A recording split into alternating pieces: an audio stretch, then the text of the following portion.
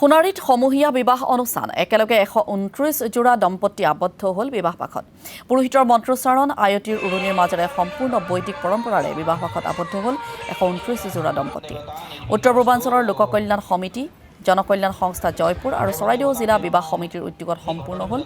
সমূহীয়া বিবাহ অনুষ্ঠান সোণাৰীৰ তিয়ক চাহ প্ৰেক্ষাগৃহত সম্পন্ন হ'ল এই সমূহীয়া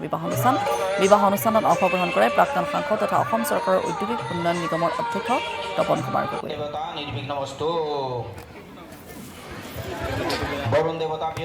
আমি চৰাইদেউ জিলাৰ তিয়ক চাহ বাগিচাত 129 জোড়া সামূহিক বিবাহ সম্পন্ন কৰিছোঁ। ইয়াত উত্তৰ পূৰ্বাঞ্চল লোককল্যাণ আৰু ৰাজস্থান জয়পুৰ সংস্থাই আমাক ইয়াত যিখিনি